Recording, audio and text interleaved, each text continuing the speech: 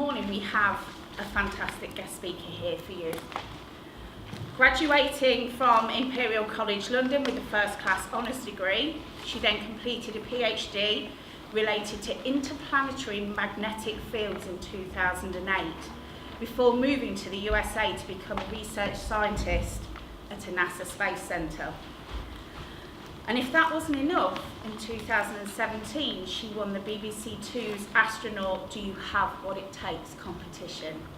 I have to say this is an incredible coup for us here at Leicester College. So ladies, please give a rousing welcome to the stage to Dr Suzie Imber.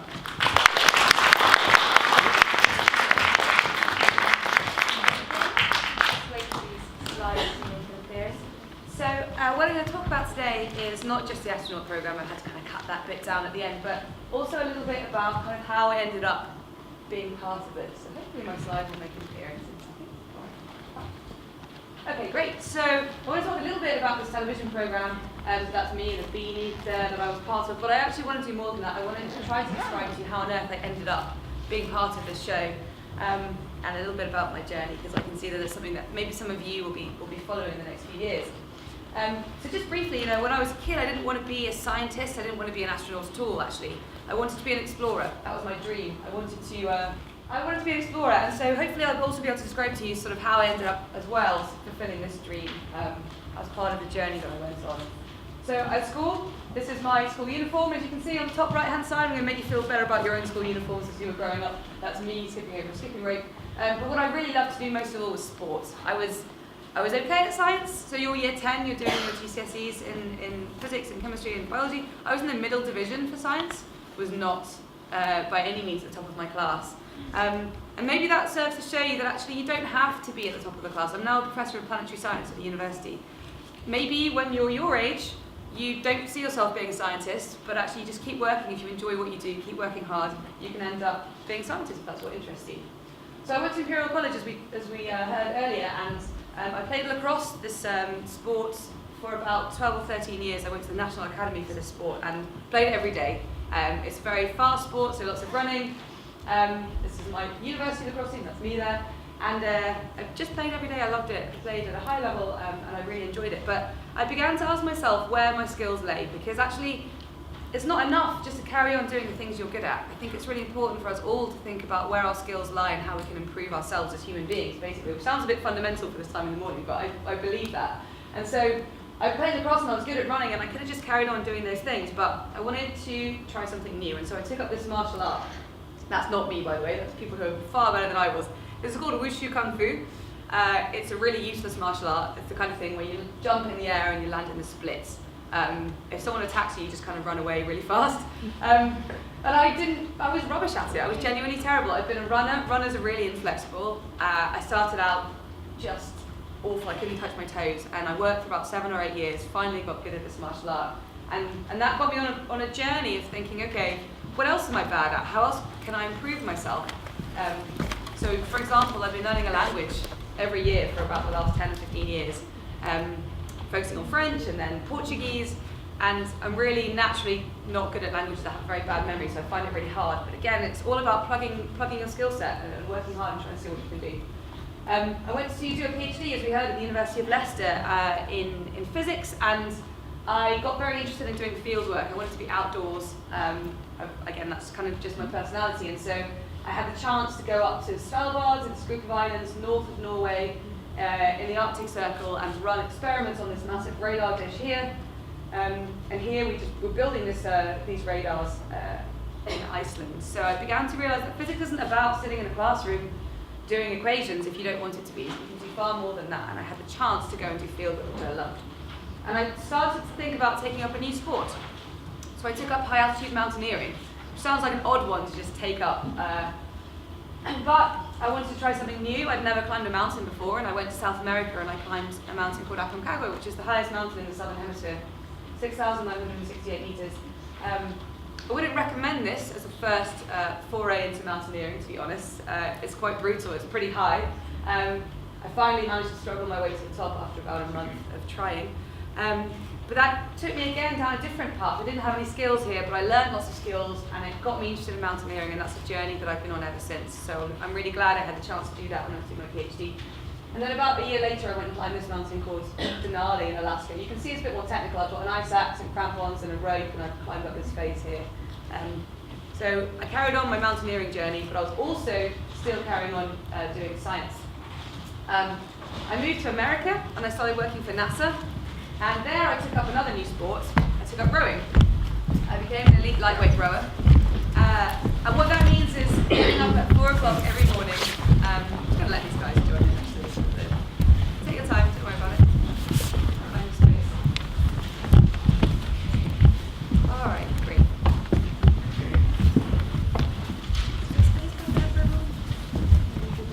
Okay, so yeah, I took up rowing in America, became an elite lightweight rower, and that means getting up at 4 o'clock every morning, prying open your eyes with your fingers, driving to the boathouse, rowing for a few hours, going to work, coming back, rowing a few more hours, going to bed. So it's an exhausting program, but I hope what you can see and what I'm trying to highlight here is that all of the things that you do outside the classroom are helping you gain new skills, even if you don't realize it. So whether it's rowing or whether it's lacrosse or whether it's climbing, you're learning resilience and teamwork and leadership and lots of different skills. And actually, you may not realize you're learning these things, but these are the kind of things that are going to help you in life. And hopefully I'll show you how, in the Astronaut program as an example, I've used a lot of these skills that I've been learning. Again, I started out pretty bad at all of these new things that I took up, but again, time and effort, months of work, years of work, take you somewhere. So what I study, I don't have time to give you a lecture in physics, I would love to tell you more. I study the interaction of the sun with the earth, so I study the solar wind, which flows off of the sun all the time. It's hot gas flowing off of the sun, and it interacts with the earth, and it can cause things like power outages, it can cause your mobile phone to fail, it can cause damage to astronauts, damage to satellites. It's pretty profound implications for our society, especially as we become more and more dependent on technology. So the last big space weather event was about 100 years ago. That didn't cause a massive effect, we weren't so dependent on our technology, but if that happened today, it would be really serious for us. So we study the Earth's response to these big explosions from the sun. But then I began to specialise on studying the planet Mercury, which sits in here somewhere. Because actually Mercury behaves in a very similar way to the Earth, with one important exception. It sits close to the sun, which means it experiences the worst possible space weather event that we could ever have at the Earth on a daily basis. So by understanding the physics of Mercury sitting in here, I can then apply that to the Earth situation and try and work out how we can mitigate against these harmful effects. So how we can make our power grids more resilient, for example, how we can stop our astronauts from getting dangerous radiation doses. So that's the area of physics that I study. And actually, at the moment, I'm working on a mission called Bepi Colombo, which some of you may have heard of. It's launching in October. We've been working on it at the university for about 20 years. It's launching in October, finally. It's heading for Mercury. And actually, we built this instrument here, which is called MIX, Mercury Imaging X-ray Spectrometer. And that's going to show us what Mercury's surface is made of. So the sun emits X-rays that hit the planet then emits X-rays that are detected by our instrument. These are two telescopes here, they're about 1 meter in length, and the energy of the X-rays that we detect will tell us what the surface is made of. So for the first time, we're going to get a really great picture of what Mercury is made of. And that's pretty fundamental for things like theories of the evolution of our solar system and the development of our solar system. I should say it's actually not going to get there till 2025 though, so you could all be scientists by the time this mission finally arrives. Hopefully you are. But also, I had access when I moved back to the University of Leicester to a supercomputer for the first time. And this is pretty exciting for me. There were 3 supercomputers there, and I was learning how to write code on these special machines. And I realised that actually I'm also very interested in mountaineering, as you might have picked up. And the list of mountains that exist for South America were drawn up by a guy with a map and a pencil about 30 years ago, and he did a great job of picking out mountains. But there is a better way to do this. Now we have all the technology we have. So what you can see here is a picture of the space shuttle in 2002. It had a big boom on the side, had instrumentation measuring the altitude of the planet, and it mapped the entire planet over about 12 days in altitude. So this map here is a plot of altitude. So this is the west coast of South America. This is Chile, this is Argentina, and the red section there is the Andes Mountains. And so I used a supercomputer with this data set to identify all of the mountains in the Andes using some computer code. And what I found when I did that was there were dozens of mountains that didn't appear on any previous list. Nobody had found them before. They just didn't, they were so remote no one really knew they were there or had identified them. And so set off immediately to climb as many of these mountains as possible. These are all pictures from South America. I'm also doing science in the mountains. I'm collecting samples here of rock from underneath the glacier. And up here, where the water's evaporated, leaving behind salt deposits, I'm collecting those salt deposits. Because it turns out that in these pristine environments where no one's ever been before, we find there are bacteria called extremophiles. And these are bacteria that have evolved to live in really extreme environments. The reason I want these samples is to bring back to the lab because we're building an instrument that's going to go to Mars on the next Mars rover. And that's going to detect life on Mars if it exists. And the kind of life it's likely to find is these extremophiles, bacteria probably, that have evolved to live on Mars. So by bringing back these samples, we can test our experiment. So that's one way that I'm doing science now in the mountains.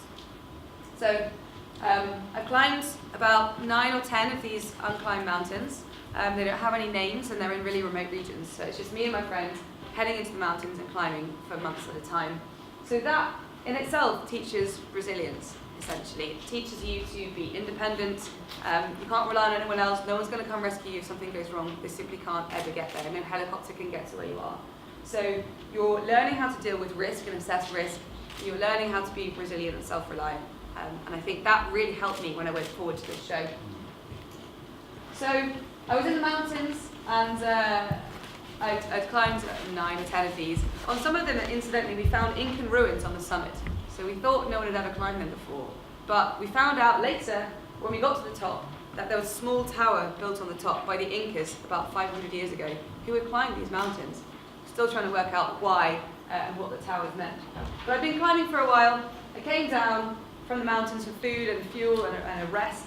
And I had an email from the BBC, which had gone to the university, saying, "Do you want to be an astronaut?"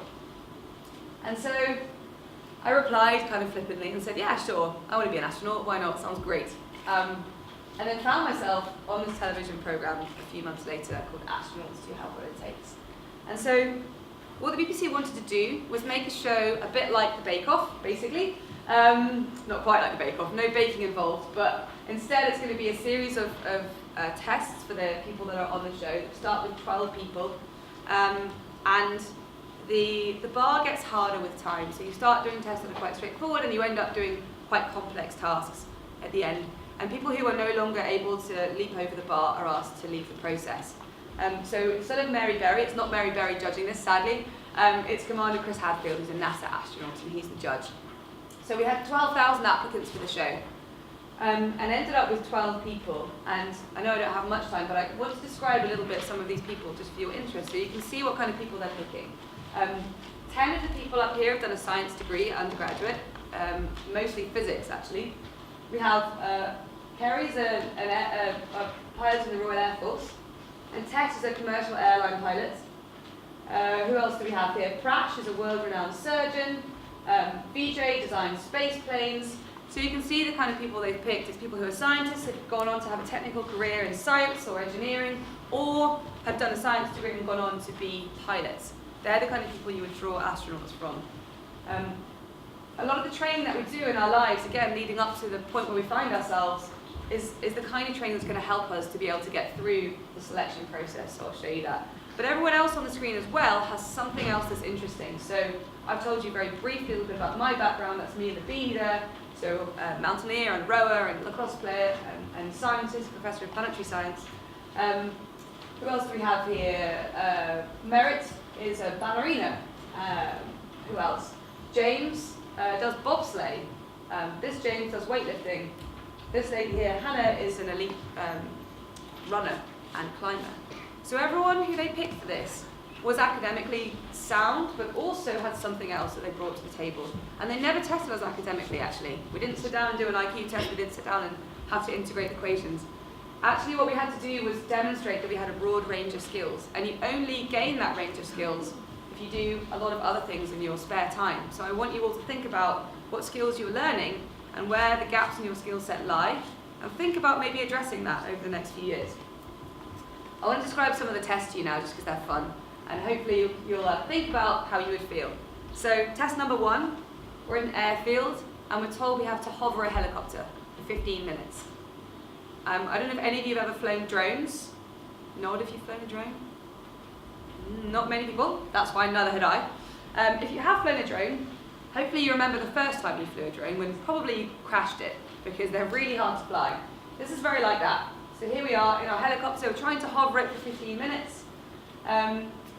You would have a co-pilot next to us, there are the judges, co-pilot next to us who's extremely skillful, stopping us from crashing it, and that's what we're trying to do. And that's what we're actually doing. So you can see, we don't have a lot of skills in this area. We haven't done anything like this before. Even the pilots haven't flown helicopters before. There's 3 sets of controls to manage simultaneously, and we're really failing at this, as you can see from this footage. We're terrible, and it's disappointing to fail so badly in test number 1. You know, we're meant to be these astronaut candidates, and we're trying to do this training. This is the first test, and none of us can do it. And actually, what we found out later was that that was the point. How interesting to have the first test as a test of failure. And that's what they were testing. It was meant to be impossible, and they wanted to see how we responded to failure. So if you fail horribly at something, in a very public arena, in front of 3 million people on the television, how do you respond? Do you get frustrated or angry with yourself? Or are you constructive? Are you learning from the mistakes you've made? Are you asking the right questions? And actually, I failed a lot in my life at lots of different things. I started out all the things I showed you being terrible, and worked hard and improved. And so, thankfully for me, this test of failure was okay, because at least I was asking the right questions. I was terrible at flying the helicopter, but I was asking, why is it going wrong? How can I improve? And that was the kind of thing they were looking for. Has anyone done the bleep test? Yeah, okay, good, you know what this is. So we have to do the bleep test, we have to do fitness tests as part of astronaut training, because astronauts have to be super healthy. When they don't have gravity under their feet, their circulatory system of fluids doesn't work properly, their muscles degrade because they're not working against gravity in the same way. And even worse, their bones degrade. And so you get osteoporosis, your bone density decreases. So to stop the bone density from decreasing, astronauts train for about 2 hours every day on a treadmill up in space, especially a special treadmill, to try and keep their bones nice and dense so they don't come back with osteoporosis. The bleep tests, I'm sure many of you know, you start at one line, you run to the other line before the beep, you turn around and run back again before the beep. But the trick is that the beeps get closer together. So you start out jogging and you end up sprinting backwards and forwards as fast as you can. No one will beat this test. Well, none of us were going to beat this test. If you miss 3 beeps, you're out. So you can see it's a real cardiovascular test here. People are dropping out as we go through. It's a really brutal test. I'm sure those of you that have done it will appreciate that. And really, this is the beginning of some of the physical tests that you have to go through if you want to be an astronaut. There's an interesting one for you to think about. So here we are putting on a dry suit, walking into a swimming pool. We're told to get inside the capsule and put on a harness, and then they block the exits of the capsule. The capsule's dropped into the water, and then it's got holes in the bottom, so it's going to sink. At this point, you take a really deep breath, because the capsule's now going to flip. And so now you find yourself strapped in underneath the water, holding your breath in a capsule. And so your job is to stay calm, count to 5 slowly after the capsule stops spinning, release your harness, and escape from the capsule. And each candidate has to do this 4 times. This is testing lots of things now. I've never done anything like this before. I'm nervous about what might happen. I can swim, but this isn't really a swimming test. I mean, partly it's a swimming test, but it's more about staying calm under pressure. It's more about how you respond to stress and whether you're resilient enough to stay calm and sit still and wait, and then release yourself and follow the instructions that you're given. So a lot of the tests that we did, I don't have time to show you many, were all about staying calm under pressure, assessing your own risk, and understanding what's going to happen. This test, though, as well, is a claustrophobia test. So the lady I went in here with, her name is Hannah, you'll see her in a minute. She is a mountaineer, and she's been caught in an avalanche before. An avalanche feels a lot like this, like water coming down around your face. So she's really claustrophobic, and this is her worst nightmare, actually, a genuine phobia. She and I got back in this capsule 4 times. She made herself go through this process, get in this capsule, and face her worst fear 4 times as part of the process. And actually, you know, I thought this was quite an uncomfortable experience, but for her, this was 10 times worse, hundreds of times worse, because she really had a phobia to face. So I think the fact that she got back into the capsule 4 times and completed the test tells us a lot about the strength of character that she has to be able to get through this. Okay, leadership. So here we are in Florida, there's 3 of us left. Turns out there's a NASA astronaut habitation module bolted to the bottom of the ocean in Florida. And our job was to dive down to this habitation module at the bottom of the ocean, and we had the chance to explore it. And very few people have ever been down there, so this is a phenomenal experience for us. We went to the bottom of the ocean, we got into the habitation module. There's like a sleeping quarters and a kitchen area there. And no sooner had we arrived than Commander Hadfield, the astronaut, phoned us up and said there's a carbon monoxide alarm going off. And so the 3 of us then had to work out, you can see we're putting on oxygen masks here, we've got to work out how we get fresh air from the surface down to the habitation module. We don't know how to do this. There's banks and banks of controls. You can see hundreds of different controls, and we have to work out, use our logical thinking and our reasoning to work out how to bring that fresh air down from the surface to the habitation module before we run out of oxygen in our oxygen masks. So the testing really, whether we think we're able to think logically and puzzle out the problem, of course, but also whether we work well as a team together, and also a leadership challenge as well. So who steps forward and takes command of the situation, and who stands back and allows someone else to step forward. So lots of different aspects are being tested here. This is a really, really tough test for us. Favourite test of all, the centrifuge. So this centrifuge is a massive circular room in Florida. You can see a person is about this big. This arm weighs 35 tons, and it can do a complete lap of the room in 2 seconds. Do you imagine how fast that's travelling? If it does that, whatever is inside this capsule on the end of the arm will feel a force of 15 times the force of gravity, which is used to test equipment. You would never put a person in there at 15 G, but you can test equipment at that level. So we were asked to go into this capsule. We would feel up to 5 times the force of gravity, and our job is to stay conscious throughout the process. So this is my friend Tim. I'm going to show you him because we look closely at his face. So he gets into the capsule. You put on your harness and it starts to spin in a circle. You start out quite low G-forces to get used to the idea, and then it goes faster and faster and faster.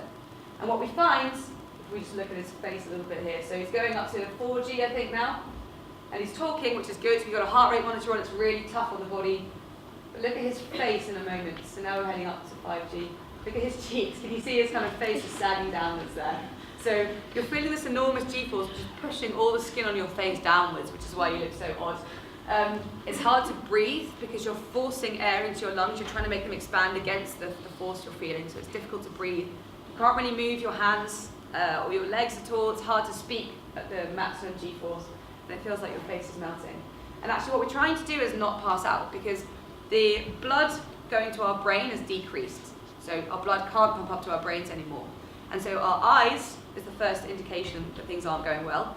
Our vision will start to decrease and will turn black and white. And then we know we're going to pass out. So our job at that point is to clench our legs, clench our stomach, stop the blood from going to our lower body and force it into our brains. And if we do that, our vision will expand and we'll see in colour again. So our job, our test, is to make sure that we're able to stay conscious under high G-forces, which is what you would feel if you were launching into space in a spacecraft. Of course, it's not just this. The tests are getting harder. Now Commander Hadfield has put words in the Russian language all over the inside of the cockpit. So we're asked, while we're under stress, to read words in the Cyrillic script. And so what he's testing here is, if your body is under stress, are you still mentally capable of performing this task? Again, the tests are now getting harder. We're testing more than one thing at once. Okay, last one, because I know I'm running out of time. Here we are in a plane in Florida. This plane allows us to experience weightlessness. So it flies like this for an hour. If you can imagine being strapped to a roller coaster for an hour, that's what it feels like. And as the plane goes over the top of its parabola, we lift off the ground and we feel like we're floating like astronauts in space for about 20 or 30 seconds. And as the plane goes under the bottom of the parabola, you feel 1.8 tons of force of gravity, so you lie down. Now the BBC wanted us to get a shot of Superman. They wanted us to pretend to be Superman. This is Commander Hadfield, the NASA astronaut. Again, he's been to space 3 times. He's doing a fairly good job of being Superman here. This is Tim, who looks delighted, as you can see, but he's about to hit the floor. Kerry hits the ceiling, and that's me on the end, so just watch out for this shot. So you start out lying down. We wanted to be Zen-like on our first ever lift, but what we did in fact was somersaults repeatedly, which made us feel quite unwell. This is our Superman shot. This is how we broke the BBC camera.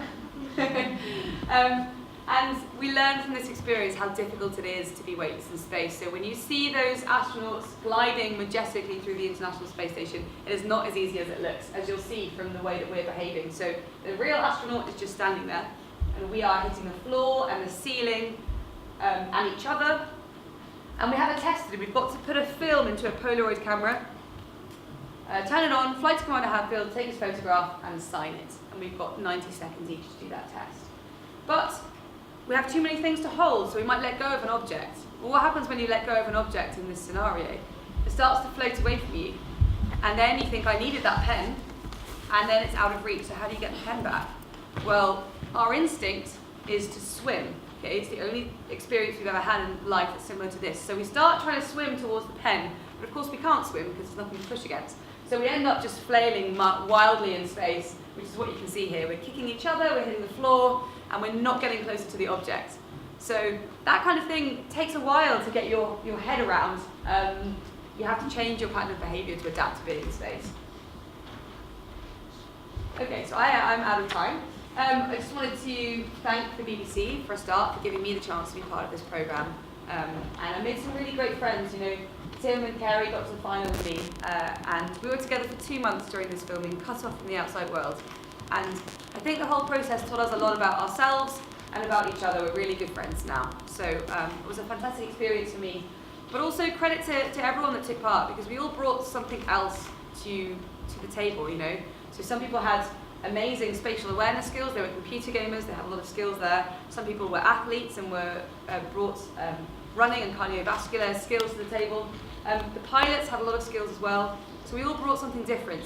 But we gained those skills not through the classroom, but through everything else we did in our lives. So again, I want you just to think about the kind of hobbies that you take up and the kind of skills you're learning. And not to be afraid of trying something that you might start out being really bad at. Don't be afraid of failure, because actually hard work will get you where you need to get to. So thank you very much for listening today, and I hope you enjoy the rest of your day.